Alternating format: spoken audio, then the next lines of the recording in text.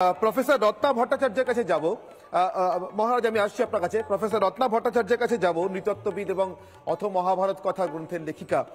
রত্নাদি সনাতন বিরোধীদের কথা বলছিলেন সঞ্জয় শাস্ত্রী মহারাজ, কিন্তু স্বামী বিবেকানন্দ ঠিক যেভাবে দাঁড়িয়ে শিকাগো ধর্মসভায় শুধু সনাতন হিন্দু ধর্মের নয়, ভারতবাসীর প্রতিনিধিত্ব করেছিলেন, আমি অনেকটা সেইভাবেই জানতে চাইছি যারা এই বিরোধিতাটা করছেন তারা কোন একটি নির্দিষ্ট ধর্মের বিরোধী কি? তাহলে বোধহয় তারা এতটা গা ঘামাতেন না, কারণ তার জন্য তো তাদের অনেক উপায় আছে। কাউকে সেবা করতে গিয়ে ধর্ম নিয়ে নেওয়া, কাউকে পড়াতে গিয়ে ধর্ম নিয়ে নেওয়া, কাউকে সেফ দেখো তোমার সমাজে তুমি কত দুঃখিত, তোমার দিকে কেউ ফিরেও তাকায় না এই বলে ধর্ম নিয়ে নেওয়া। কিন্তু এর বাইরে এইসব ফন্দি ফিকির যা চলেছে হাজার বছর ধরে, এইসবের বাইরে নতুন করে এই বিরোধিতার কারণটা কেন? আমি একটা অন্য জায়গা খুঁজতে চাইছি। আমি ভুল খুঁজলে আমাকে শুধরে দেবেন।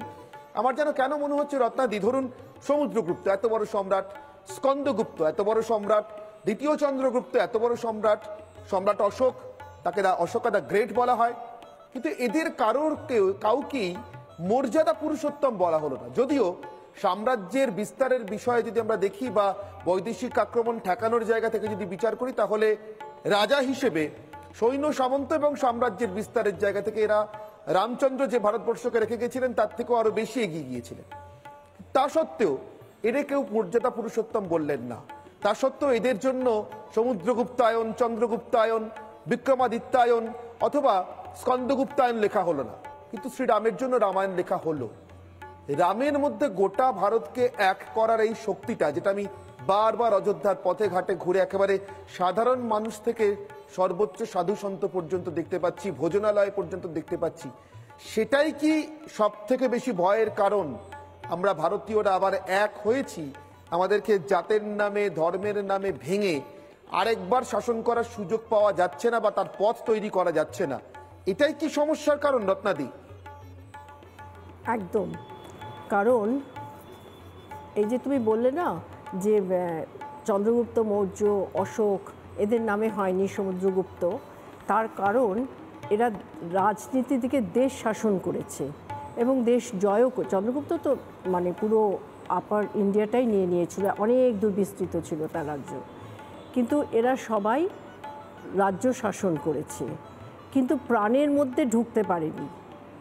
রামচন্দ্র কিন্তু আমাদের আমার সবার প্রাণের মধ্যে ঢুকেছেন।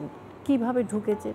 তুমি যে ছবিগুলো দেখাচ্ছিলে ওই রকম ভিড় কুম্ভমেলাতেও হয়, আমি দেখেছি, সেখানে লোকেরা ছুটছে, কিন্তু সেখানে ছিল একটা মুহূর্ত ধরে স্নানের ব্যাপার, তাহলে তার মানে পূর্ণ কর্ম হবে। কিন্তু এইখানে রাম মন্দির আজ বহু বছর ধরে অপেক্ষা করার পর এমন একটা ঘটনা ঘটতে চলেছে, সেটার আমরা সাক্ষী থাকব। এই আবেগে, এই আশায় প্রাণের মধ্যে রামচন্দ্রকে নিয়ে সবাই এগিয়ে যাচ্ছে। এখানে কাস্ট, ক্রিড, দলিত, ব্রাহ্মণ এর কোনো ব্যাপারই নেই। তার সবথেকে বড় প্রমাণ তুমি সীতা রশ্মিতে দেখিয়ে দিলে যে এই কোনো রকম নেই। আমাদের রাজনৈতিক নেতাদের মধ্যে একমাত্র নেতাজি জাত ভেঙেছিলেন এই খাবার সময়, গণ্ডগোল করার চেষ্টা করেছিল, নেতাজি করতে দেননি, সবাইকে একসঙ্গে উনি খাইয়েছিলেন।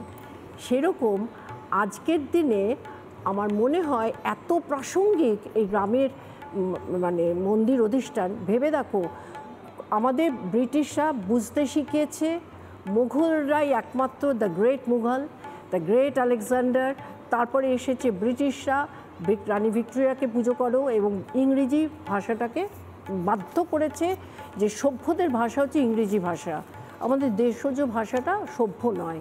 তা ওই যে বললে সংস্কৃতি চেঞ্জ, তারপরে যে এই যে লোকেরা মানে ধরো অসুখ করেছে, এই তোমরা এই খাচ্ছ জল পড়াতে, এতে হবে না, এই পার্টিকুলার এই জিনিসটা খাও ভালো হয়ে যাবে, এবং এই চাল নিয়ে যাও, খাবার নিয়ে যাও, হয়ে গেল, চেঞ্জ হয়ে গেল তাদের ধর্ম। এরমভাবেই তো করেছে ভয় দেখিয়ে সোজা।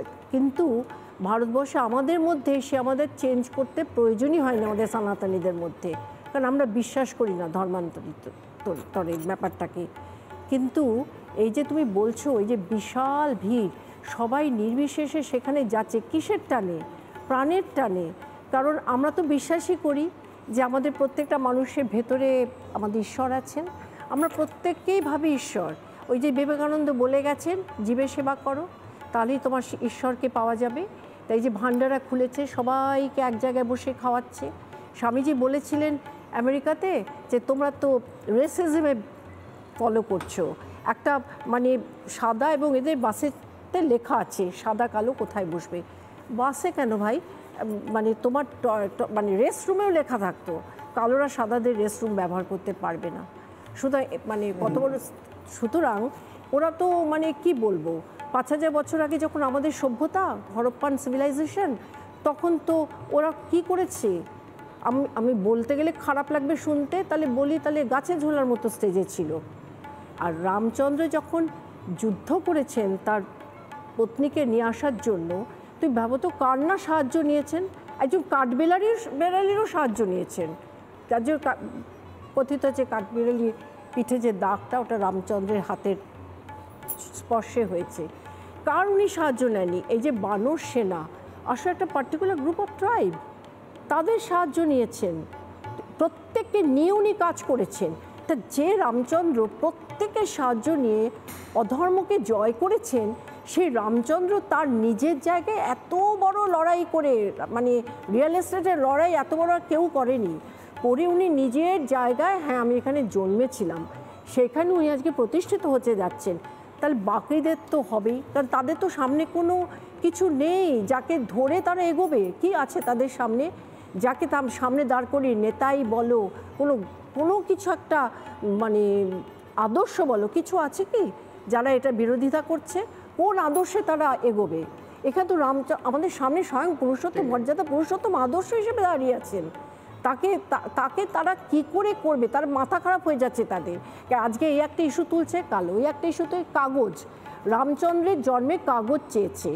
যদি কাগজে তোমরা চেয়ে থাকো, আমি তো আগের দিন বলেছিলাম যে 60th জেনারেশন দশরথের ছিল, তাই রাম তারপরে, তাহলে এত বড় জেনারেশন আমাদের, তাকে তো প্রথম কথা কাল্পনিক, তারপরে তো মিথ, তারপরে তো এপিক, সব কিছু বলা হলো। কিন্তু রামচন্দ্রের কাছে কাগজ চাইলে কেন? তিনি ছিলেন বলেই তো কাগজটা চাইলে। তাকে যদি কাল্পনিক একটা চরিত্র হাওয়ায় ভাসিতে কাগজ চাইতে কেন? এটা ভেবে দেখো। তবে তোমরাই বলে দিয়েছো রামচন্দ্র ছিলেন, রামচন্দ্র আছেন, রামচন্দ্র থাকবেন। এটাই আমাদের জয় আজকে।